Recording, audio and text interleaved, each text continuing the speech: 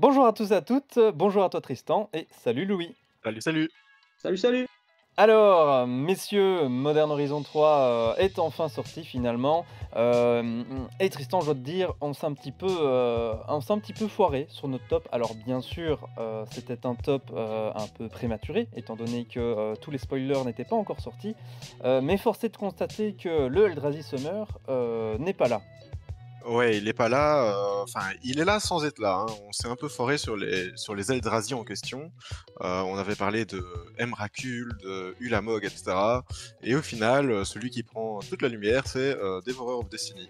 Voilà, genre, c'est une carte que je m'attendais pas, aussi enfin, je m'attendais pas à ce qu'elle soit aussi brillante, on va dire, dans la méta, mais, elle fait vraiment l'affaire avec, Hugin's Labyrinthe, donc, on a eu à moitié raison, Tristan. Alors, amateurs d'EDH, ne nous quittez pas. Louis aura, une petite rubrique EDH pour parler, des préconstruits parce que ça, c'est une chose, qu'on ne s'est pas trompé. Modern Horizon 3, c'est bien sûr, une extension EDH, mais ça, on aura le plaisir, d'y revenir par la suite. Moi, messieurs, j'ai un petit peu envie de venir avec des détails croustillants, un petit peu, on peut pas parler encore de méta, étant donné qu'on n'a pas eu de gros tournois, intéressants. Me semble-t-il que, il y en a un ce week-end, je ne sais plus où. Est-ce que ce n'est pas à Barcelone? Je ne sais plus, je ne sais plus, je ne sais plus, mais en tout cas, à mon avis, il faudra attendre, bah, la fin de semaine pour un petit peu voir, ce qui est joué, pas joué. Là, c'est un petit peu, finalement, les gens, playtest, s'amusent, mais force est de constater qu'il y a, une méta, que la méta, change un petit peu. Avant Modern Horizon 3, messieurs, rappelez-vous, l'un des meilleurs, decks et qui est resté très, très, très, très, très longtemps, dans la méta, c'était Scam, à 11 qui, bah, s'est pété la gueule, qui tombe à 5. Louis, un petit avis à chaud? On est quand même sur un gros, gros deck avec une combo, qui fait très mal, ton avis sur, ce pétage de gueule de Scam? Vous n'appréciez pas trop jouer contre les decks qui font défausser, surtout quand on est un peu débutant comme moi. On se retrouve vite à ne pas savoir quoi jouer, on joue pas dans les bons timings. Je le sentais aussi trop débutant pour jouer contre ça, malheureusement. Et bah, ça s'est senti, quand j'ai joué contre, ça s'est senti. Et malheureusement, bah, je perds tout le temps contre ça parce que je n'ai pas les bons timings. Un griffe, je le laisse sur le terrain, je ne sais pas pourquoi. Voilà, pas les bons timings, pas assez d'expérience pour jouer contre ça. Et ça, ben, on le sent, quoi. C'est ce genre de deck. Donc finalement, un ouf de soulagement pour les joueurs débutants alors. Plutôt oui, effectivement. Bon aussi messieurs, on a eu, et ça je sais que ça a fait plaisir, à Tristan. On a eu une méta, UR aggro. Alors ce n'était plus Murktide, c'était un espèce de prouesse, un mélange, d'UR. On a même eu une version, Témur, qui n'est plus tant que ça présente. Alors on voit une version en mono red. Par contre, un deck qui revient, un petit peu à la charge, c'est Murktide, donc qui était, totalement, délaissé au profit, de ce UR Prouesse. Murktide qui revient avec 7 et un autre deck, à mon avis, ça doit te faire plaisir ça Tristan, Zo qui était, qui était broken, hein, vraiment une combo, on avait parlé une fois de la leyline aussi, on s'est dit: «Mais waouh, quelle carte puissante!» Zo qui était à 8 qui maintenant est à 2. Ouais, c'est une grosse chute, franchement, 2. Je m'attendais quand même pas à le voir aussi bas rapidement, mais j'avoue qu'il se fait éclipser par énormément de grosses cartes et de grosses combos, que MH3 a sorti. L'air de rien, il se fait éclipser par un beau mono black aggro, qui pour moi est encore plus, compliqué à jouer contre que Domain aggro. Mais ça, on en reviendra un peu plus tard. Il se fait aussi éclipser par d'autres nouveaux decks qui émergent. Moi, je peux par exemple commencer à parler de Ruby Storm. Typiquement, je rejoins un peu le côté, de Louis avec, Rakdos Scam. Ruby Storm, c'est un deck qui, est très compliqué, à jouer contre et à manier en fait. Il faut savoir les bons timings comme Scam, comme Louis disait. Sauf que ici c'est pas vraiment pour les bonnes raisons, c'est surtout pour, essayer de, bah, combo off et tuer l'adversaire. Donc Ruby Storm, en fait, c'est une version de UR Storm améliorée. puisque, bah, comme vous le savez, les médaillons sont légaux en moderne et donc qui dit médaillon légal en moderne dit, rubis médaillon légal dans, Storm et ça rajoute encore une fois une réduction de coût de sort.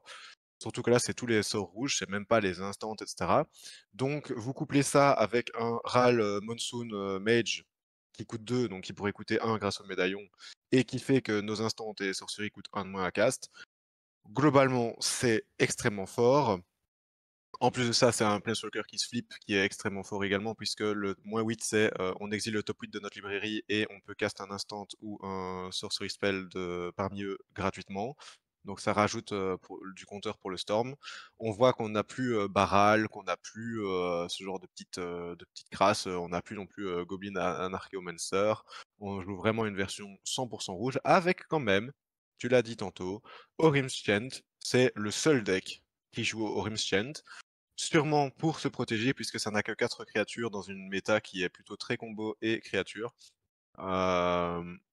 Donc pourquoi pas? Moi, c'est un deck qui me parle, mais j'avoue que 6%, je m'y attendais pas. Quand on regarde le UR Storm qui est à 0,3%, je me dis que le médaillon fait vraiment l'affaire. Je sais pas ce que vous en pensez, les gars, mais Alors moi personnellement Ruby Storm c'est un truc que je voyais pas du tout parce que j'étais tombé un peu dans la facilité, enfin dans ce cliché des joueurs qui vont jouer un deck facile à jouer. Par contre Ruby Storm, j'ai regardé des vidéos pour comprendre un peu le deck quand il me les a envoyés. J'étais là en mode mais comment est-ce qu'il joue? Mais pourquoi ça maintenant? Je comprenais rien du tout, c'était terrible. Franchement, je pense que c'est pas un deck encore une fois pour un débutant et bah, j'étudierais pour le stopper surtout, pas pour le jouer parce que c'est hors de ma portée malheureusement une fois de plus. Bah oui, c'est un petit peu aussi,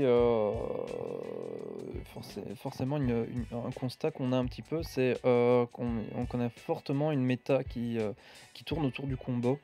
Bon, on avait déjà ça avant avec, Yawgmoth qui était là, qui était, imbattable, qui était vraiment une combo très forte et d'ailleurs, parfaite transition, Yawgmoth, 11 avant, qui se transforme, en Adu, hein, le fameux Piaf. Oui, 13 encore, pour, Creature Toolbox. Ça ne fait qu'augmenter, ça change, juste de couleur. Heu, Tristan, tu peux un peu nous parler de ce deck? oui, bah écoutez, c'est le deck. Alors j'avoue que c'est le deck qui me fait vraiment envie. Genre, j'ai vraiment envie de tester le deck. Parce que bah, Nadu, c'est, comme tu as dit, le fameux Piaf, le fameux game changer et meta changer, je trouve. Parce qu'on n'arrête pas d'en parler, on en voit partout, etc. Et parce que ça peut faire combo infini pour 2. Et oui, vous avez bien entendu, tour 2. Donc le moderne se transforme d'un format tour 4 à tour 2, tour 3. Ce qui est un peu effrayant pour ma part. Donc Nadu, en fait, c'est une 3-4 pour Simic et 1 qui a le vol, qui dit que les créatures qu'on contrôle ont, quand cette créature devient la target d'un spell ou d'une habilité, on révèle le top de notre librairie. Si c'est un land, on le met en jeu. Et sinon, on la met dans notre main. Et cette habilité ne trigger que 2 fois par tour. Sauf que Wizard a été un peu tricky sur cette phrase. Moi, au début, quand j'ai lu ça, je me suis dit, bah, c'est fort, mais au moins c'est assez balance. Sauf que l'habilité qui trigger 2 fois par tour, elle trigger 2 fois par tour par créature. Voilà. Donc en fait, c'est pour ça que c'est broken, c'est parce que, bah, au final, si t'as un petit alflin avec le Nadu, avec d'autres petites créatures, bah, tu peux target chaque créature 2 fois, et au final, tu mets plein de land qui arrivent on tap, qui au final te font jouer d'autres créatures, un Chord of Calling, n'importe quoi d'autre, et tu vides ton deck comme ça jusqu'à avoir la Tassa Oracle, la poser et gagner, et c'est GG. Ce deck n'a rien du tout en commun avec Yawgmoth, à part le Chord of Calling. Et le Wall of Roots et 2-3 petites cartes comme ça, mais vraiment c'est pas du tout la même chose.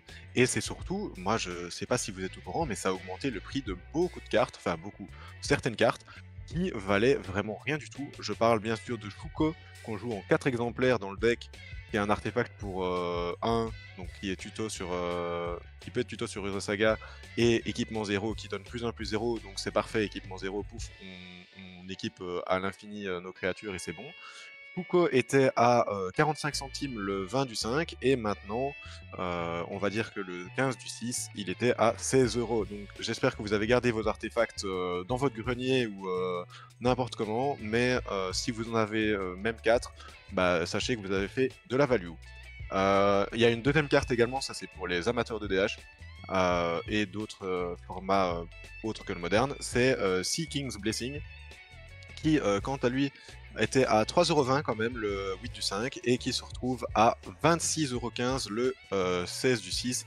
Donc encore un spike plutôt conséquent, juste à cause de Nadu, encore une fois. Donc voilà, moi je sais pas trop quoi en penser, à part dire que c'est le prochain ban, donc n'investissez pas trop vite dans ce deck, attendez de voir plutôt le ban post-gros event dont Tristan a parlé récemment. Louis, Nadou, un commandeur intéressant. Est-ce que toi, t'as des idées de deck building en EDH quand tu vois ça? Est-ce qu'il y a moyen de faire vraiment des petites saloperies également en EDH avec ce commandeur? En EDH multi, effectivement. Par contre, en duel commander, ça risque de devenir compliqué parce qu'il s'est fait ban le 17, je crois. Effectivement, trop joué, trop fort. Tout le monde ne jouait plus que ça, à tel point que le deck actuellement il est à 21% à l'heure où je vous parle. C'est trop, c'est trop. En fait, on ne voit plus que ça et au point où pour bannir une carte moins de 2 semaines après la sortie, non, je crois qu'on est à 10 jours à partir de la pré-release, c'est compliqué quoi. Vraiment, le deck se jouait tout seul en fait et on commence à le voir, tout le monde le jouait. On a pris un ban automatiquement, ça c'est logique. Maintenant, à voir si en EDH multi, ils suivront aussi. Je sais que la banlist, ils la mettent pas souvent à jour, ils mettent vraiment des choses très particulières. Euh, Parce qu'en fait, tout est jouable en fait en multi, vu qu'il y a 4 personnes sur la table.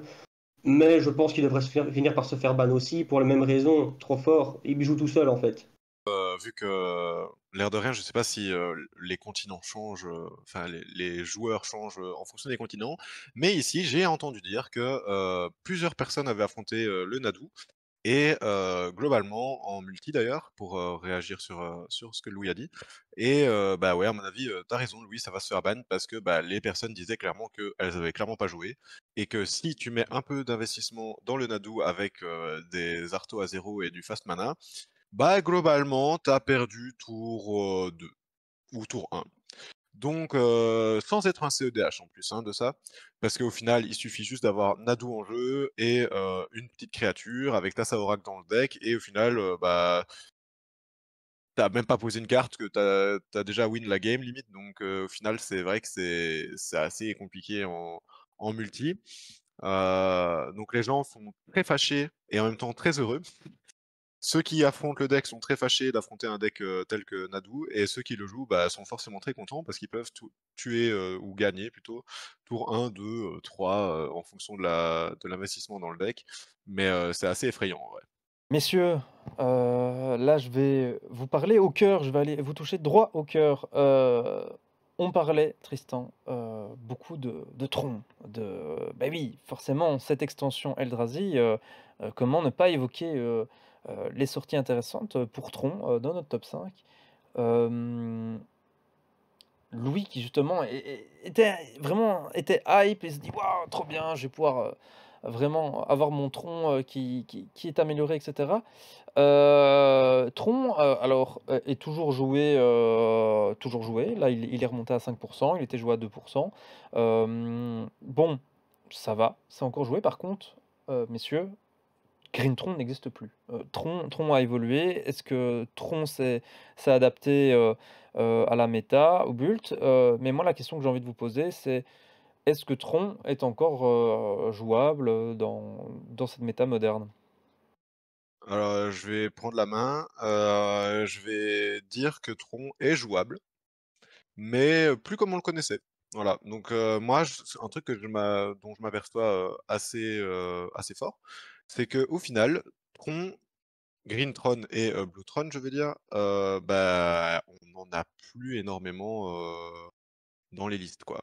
Genre globalement, vraiment des Green Tron et des Blue Tron comme à l'ancienne, comme je jouais il y a encore, quelques mois avant, la sortie, ben, j'en vois vraiment plus, quoi. J'ai peut-être vu un Blue Tron passer, j'ai vu un White Tron aussi, étonnamment, Les gens font des trucs un peu bizarres en sortie de méta, enfin en sortie d'extension.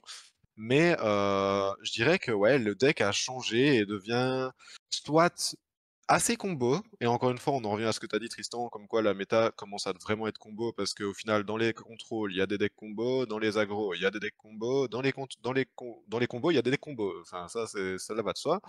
Euh, Ici, euh, honnêtement, moi qui adore jouer Tron, je trouve qu'on perd un peu avec une des deux versions l'aspect Tron. La version en question, c'est avec Emrakul de World New, là, franchement, qui vaut plutôt très cher encore.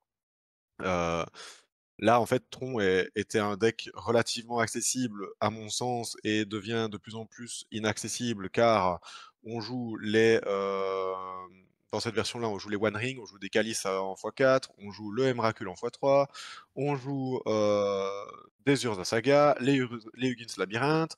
Voilà, mis bout à bout, ça fait beaucoup de choses.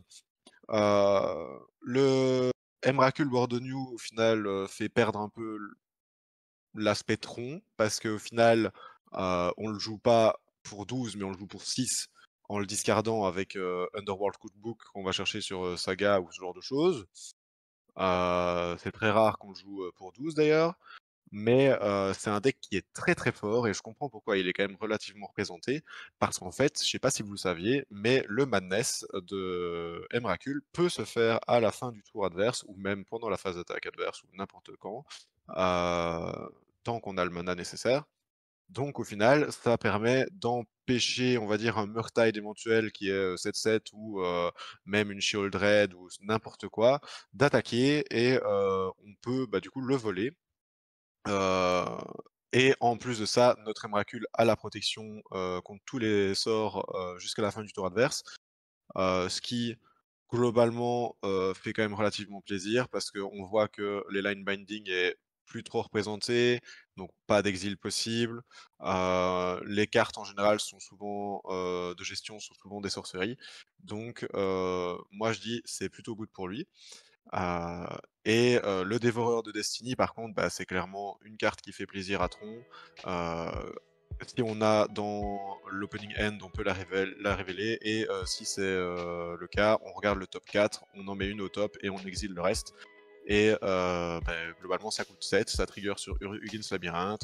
Voilà, que demander de plus? Hugin's Labyrinthe sur Devourer of Destiny qui révèle un land, par exemple Tron. Et après on fait Calice à 1 et c'est GG, parce que en fait quand on regarde ça, on joue plus aucune carte à 1 quasi, ce qui est un peu bizarre. Je sais pas ce que t'en penses, Louis, mais moi cette version-là, c'est celle qui m'attire et en même temps qui me rejette, parce que c'est un peu ce qui perd l'aspect Tron. Mon avis, il est un peu plus tranché que le tien. Pour moi, Tron est devenu bien meilleur, je trouve, parce qu'en fait, comme tu expliquais, il a gagné en stabilité en fait. Avant, ce que tu faisais, c'est que t'avais pas une bonne main, mais tu comptais sur les sphères, etc. Maintenant, plus besoin, parce qu'en fait, on a quelque chose qui. On a une carte qui nous dit qu'au début de la partie, on va trier le dessus de notre bibliothèque, etc. C'est quand même beaucoup plus stable dans une méta. Par contre, Calice à 1, ça, je vais vraiment investiguer le truc, parce que je suis pas. En fait, je comprends que ça existe, parce qu'il y a du coup Storm, il y a tout UR, et éventuellement une partie éventuellement de tout ce qui est Burn. Mais je pense que c'est un coup de bâton dans l'eau si tu préfères, parce que en gros, si c'est trop, on voit trop Calice, etc. Qu'est-ce qu'on va faire? On va mettre des trucs qui pètent des artefacts pour 2. Et donc, t'as joué, t'as joué ton Huggins Labyrinthe avec t'as exilé une carte, t'as joué 3 cartes pour se faire péter par une seule carte. Ça risque de coûter cher, quoi. Et donc, oui, je suis d'accord qu'il a gagné en stabilité, mais le Calice, méfiez-vous quand même. Je crois que c'est, à mon sens, plus du bait à long terme. Donc si vous construisez le deck, faites quand même attention. Je pense que oui, Calice à 1, on ne voyait plus ça, parce que ça n'avait plus lieu de... Enfin, on avait retiré le Calice parce que ça n'avait plus lieu. Là, on voit que avec le petit combo Huggins Labyrinthe, Calice, ça fonctionne à 1. Mais ouais, moi, ça n'est pas très transcendant pour moi, en tout cas. Ouais, je comprends ce que tu veux dire. Après, en même temps, Calice à 1, ça bloque des Ragavan, tu vois. Ça bloque pas mal de petites cartes, ça bloque Thoughtseize. Parce qu'au final, ton Emrakul, t'as envie de le garder en main, ou alors tu l'exiles avec Hugin's Labyrinthe. Et tu dis qu'on joue 3 cartes pour 1, et au final, c'est pas vraiment le cas, parce qu'on joue Hugin's Labyrinthe qui est notre laine du tour. En tant qu'additionnel, on doit exilier la carte, mais on peut la récupérer, donc au final, c'est chill. Et après, on joue notre carte Calice, donc au final, on joue qu'une carte pour jouer Calice. Donc, moi je vois ça plutôt comme ça. Et en plus de ça, oui, c'est vrai, par contre, t'as raison, l'anti-Arto va sortir. Mais qui dit anti-Arto qui sort, dit peut-être moins de Moon Moon, moins de anti-Tron, enfin anti-Lend. Donc, ça, c'est plutôt cool. Après, c'est à voir. Mais globalement, c'est pas ma version préférée de Tron. Ma version préférée, c'est vraiment la Eldrazi classique. Là au moins il y a cet aspect, on doit utiliser les laines Tron, et encore, parce que moi je sais pas ce que t'en penses Tristan d'ailleurs, mais je trouve qu'avant tu vois on se reposait beaucoup sur Tron, et maintenant en fait je regarde des vidéos et on remarque qu'il n'y a plus besoin de jouer Tron tour 3 pour gagner ou ce genre de choses. Genre tu fais Hugin's Labyrinthe, si t'as 2 cartes qui sont imprint, t'as déjà 4 mana. Avec 4 mana, tu fais Tot-Not Seer si tu joues la version Eldrazi, et si tu fais pas la version Eldrazi, tu peux jouer Karn. Donc au final, ou même One Ring. Donc au final, tour 2, tu joues en One Ring. Je pense que t'es plutôt bien, quoi. C'est un peu une conclusion, si on peut conclure, ce mini, aparté métao. En fait, les decks s'adaptent, et oui, on a des troncs qui ressemblent de moins en moins à des troncs et qui ont moins en moins besoin de troncs. Heu, on a encore, l'irrésistible, Jund, mais bon, on se rend compte que Jund Saga, finalement, a gagné, la guerre face au Jund classique. Donc oui, en fait, on a des decks qui se transforment, et c'est ces decks-là qui survivent. Hem, force est de constater que les decks qui n'ont pas reçu, d'amélioration, avec MH3 risquent de disparaître. Moi je pense un petit peu, à Cascade, qui risque, de vraiment, nous dire au revoir. Death and Taxis, on y croyait, hein, il me semble qu'on en avait parlé, au dernier épisode. Là aussi, ça risque d'être compliqué. Mirfolk, réussit encore un petit peu à sortir la tête de l'eau, mais voilà, à mon avis, si on va voir, des Death Shadow par exemple, ce genre de deck emblématique du moderne qui risque, de rejoindre, elfes, gobelins, tout ça, au fin fond, de l'océan du moderne. Donc ouais, finalement, un petit peu pour vous dire, que, le moderne, même si sur le papier ça reste les mêmes decks, je pense que, ils vont fortement changer, et un tronc, dans quelques années, n'aura peut-être même plus, de land tronc, pourquoi pas? Voilà. Messieurs, si, vous n'avez plus, de choses à dire à propos du moderne, on va écouter, Louis, notre expert, en ODH, notre conseiller en ODH. Bon Louis, on en rigolait, Modern Horizon 3, c'est, finalement EDH Horizon, heu, mais on n'est pas loin de la vérité, en fait.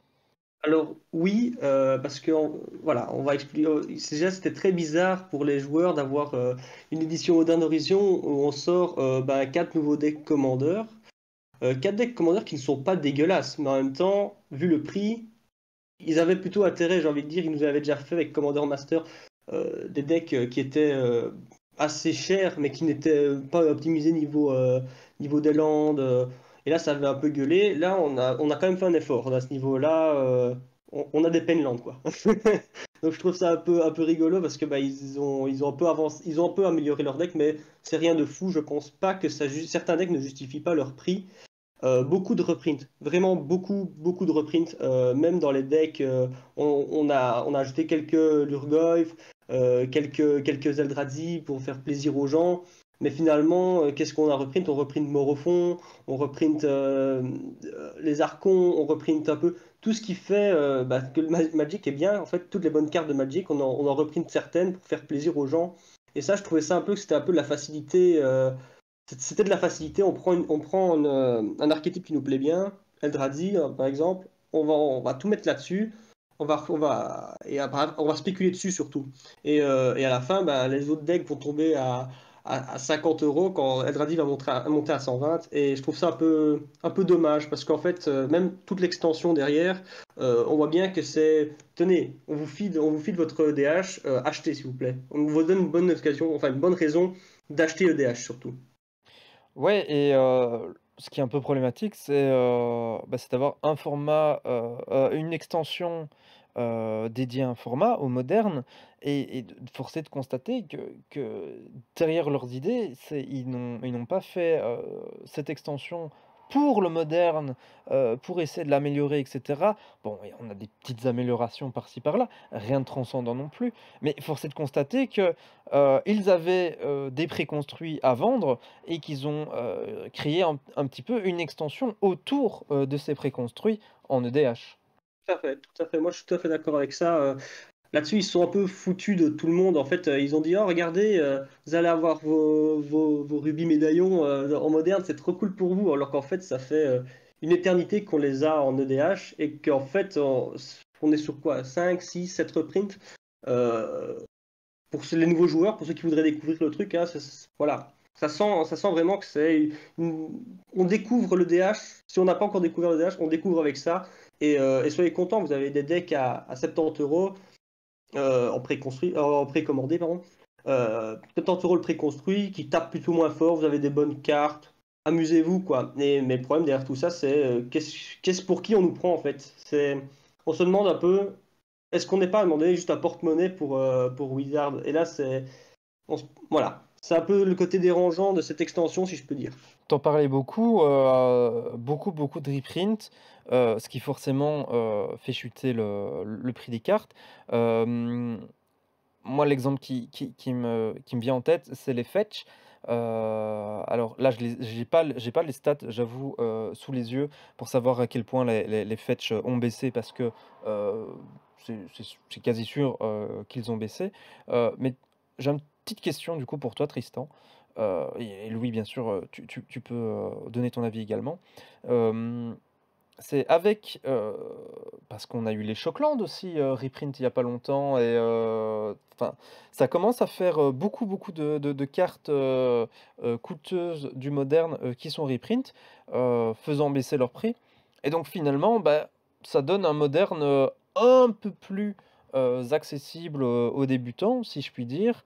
Ça reste un format très cher, mais moi la question, ce que j'ai envie de demander, c'est, finalement, est-ce que le Pionnier a encore, sa place ici en 2024 alors on a un format moderne où, les fetch et les chocs ont été réédités, 1000 fois et sont plus tant que ça chers, quoi? Parce que le Pionnier, c'était ça, c'était, finalement du moderne, sans fetch pour, du moderne un petit peu moins cher, un petit peu moins bien, mais est-ce que c'est encore pertinent d'avoir, une extension comme le Pionnier alors que finalement le moderne commence à de plus en plus, tendre vers du fast-food des formats finalement.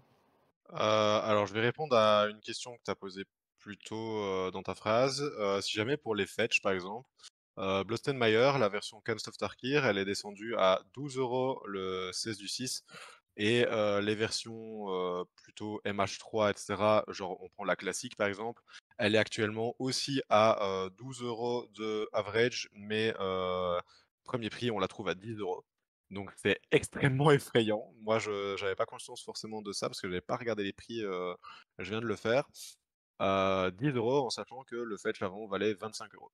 Voilà, donc globalement, on a fait un gros down et je pense que Louis est d'accord pour dire qu'ils essayent de rendre accessible ça aux casual players. Mais pour moi, ils le font de la pire des manières parce que ceux qui jouent depuis longtemps, qui ont investi dans leur carte il y a déjà de ça plusieurs mois, plusieurs années, ou même qui sont des collectionneurs, bah au final, ça fait un peu peur.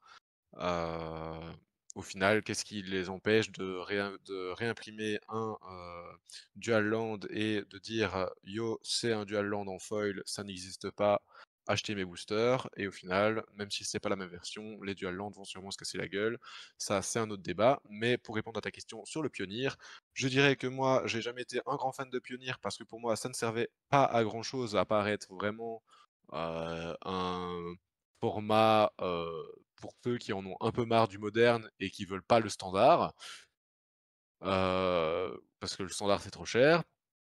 Globalement, c'est un peu ça aussi qui a tué le standard, je trouve, parce que, bah, pourquoi jouer standard quand tu as Pionnier et que c'est un standard un peu mieux et que, l'air de rien, pour les nouveaux joueurs, je trouve que c'est mieux Pionnier. Heu, voilà, je sais pas quoi te répondre. J'avoue que Pionnier, pour moi, ça a pas trop d'intérêt. Quand on regarde en plus les decks, on voit qu'il y a quand même, Amalia Live qui a 16% en combo et en aggro, c'est Rakdos aggro avec 20%. Voilà, dans la globalité, ça et Arclight Phoenix à 11%, il y a rien d'autre dans la méta.